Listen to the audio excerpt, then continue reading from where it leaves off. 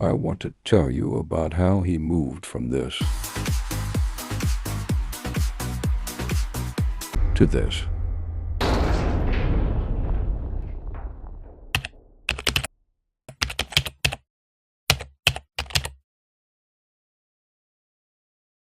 A man walked into London's financial scene wearing a 3,000-pound suit.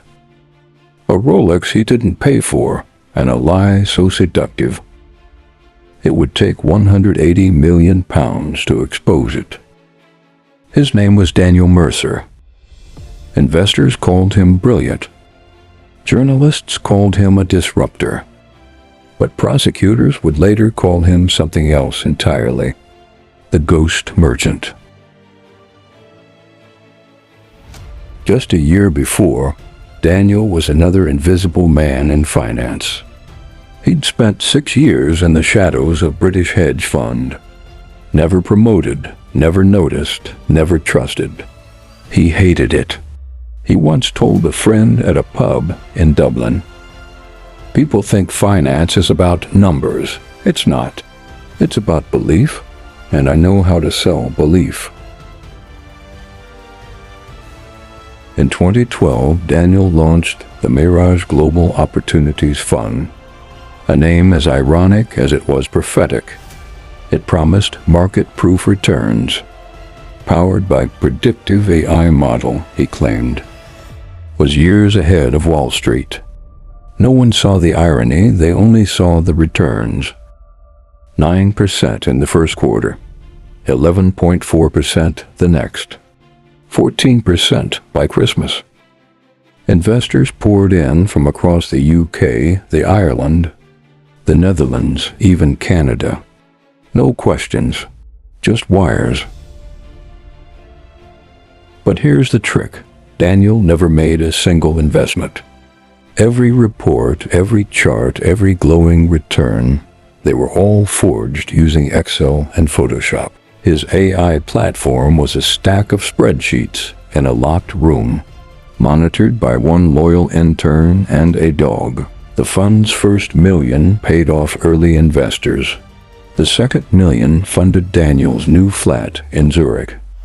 The third bought silence. By mid-2014, the Mirage Fund had become a self-sustaining fantasy, held up by fake audits, offshore partners, and a devilishly clever twist. Daniel didn't stop at fake returns. He offered loss insurance, a world-first promise.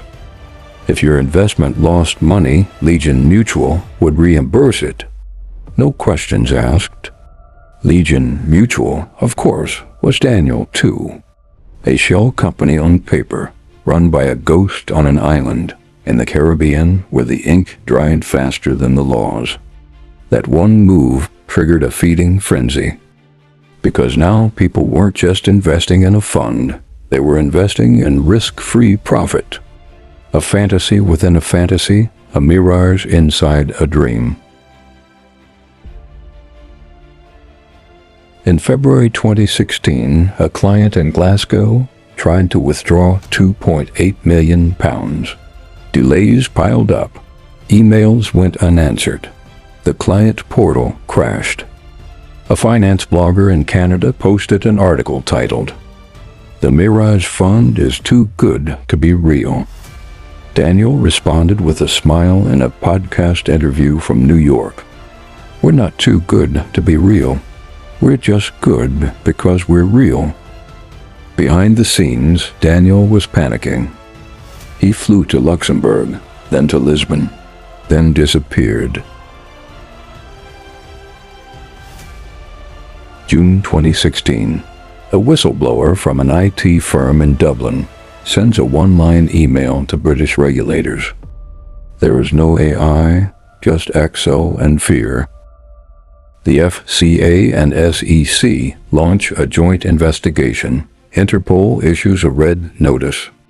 But Daniel was already gone. They found him a year later, October 2017, living in a villa outside Lisbon under a Belgian passport with a new face. a fake name, and $91 million in crypto, cold wallets spread across Europe.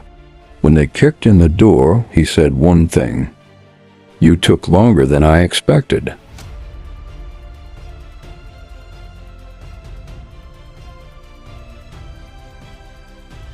Daniel Mercer stood in a navy blue suit before a judge who called him a master of illusion and greed. The jury found him guilty on all 17 counts: fraud, wire fraud, conspiracy, insurance deception, money laundering. He was sentenced to 24 years. Money recovered was £12.6 million out of £180 million. Daniel Mercer didn't steal money. He stole trust. He stole logic. He sold hope in the wrapping of artificial intelligence and insured it with smoke. To this day, investors meet in quiet forums and encrypted chats to ask the same question: how did he make it look so real? But the answer is always the same: he did it. And he did it well. He screwed us all without we even noticing. He didn't just walk away. He danced on the edge of the blade and never cut himself. Some whispered it was pure genius, a trickster so slick he could steal the shirt off your back and leave you admiring the cut of his cuff. As they say, a fool and his money are soon parted, and he simply ensured the parting was a work of art. He wasn't just a crook. He was a craftsman, weaving lies into a tapestry so fine, even the threads of truth looked clumsy beside it. A golden touch, some called it, proving that fortune truly favors the bold, especially the ones who never look back. And Daniel Mercer is the man. He never looked back.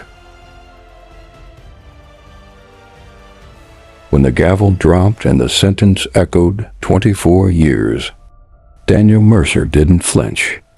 The courtroom was silent, the kind of silence that comes right before a thunderstorm.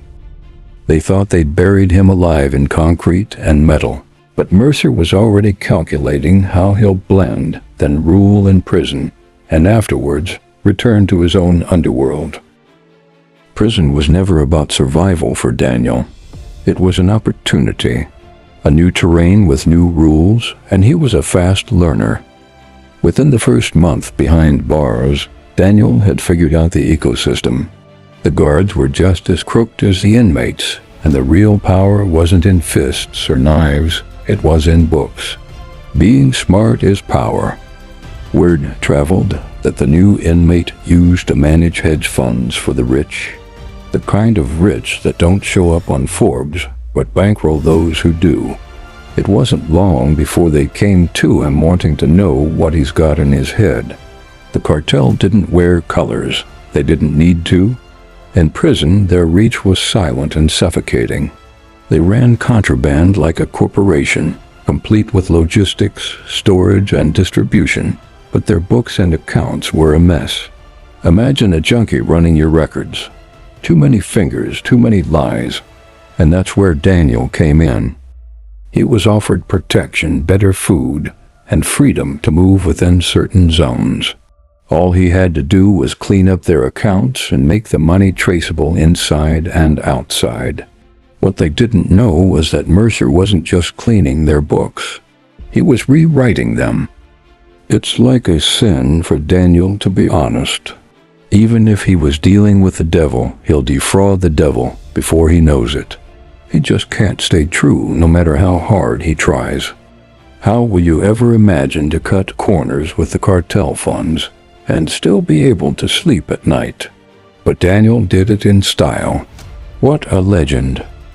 Like a magician hiding cards up his sleeve, Daniel created ghost accounts. Tiny skims, imperceptible fractions, redirected through layers of laundering. He used legal structures he designed in the outside world, now repurposed in a criminal microeconomy. To them, it looked like improved profit margins. In reality, Daniel was siphoning off a small fortune into cold wallets scattered across the globe. The cartel noticed the growth. Their trust in him deepened. He was given more control, more responsibility. But he kept it clean, no drugs, no hits, no blood, just numbers. Numbers that lied on paper and told the truth in Bitcoin. And then came the second miracle. 6 years in, the parole board reviewed his case. Good behavior, they said. Model inmate. Even helped reduce violence in the block through economic incentives. A genius of rehabilitation. But what the paperwork didn't say was this. A certain senator's offshore fund had just doubled in valuation, thanks to a consulting job Daniel performed through a cutout firm. That senator owed someone, and someone pulled strings. Just like that, Daniel Mercer walked out through the same gates he was dragged into.